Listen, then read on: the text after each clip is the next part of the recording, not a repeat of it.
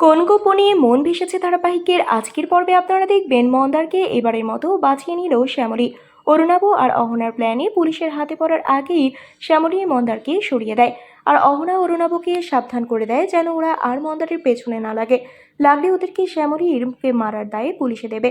এদিকে সবাই বুঝতে পারে যে অরুণাভ আর অহনা কোনো একটা খেলা করছে।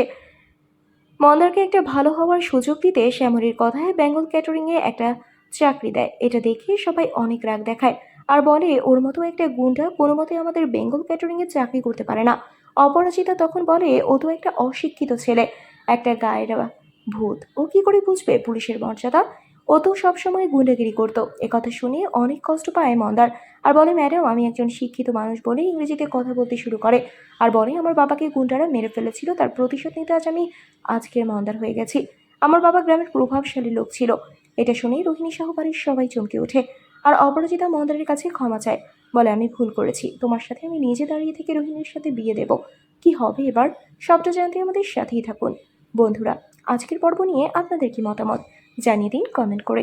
নিয়মিত সিরিয়ালের আপডেট পেতে আমাদের চ্যানেলটি সাবস্ক্রাইব করে সাথেই থাকুন। ধন্যবাদ।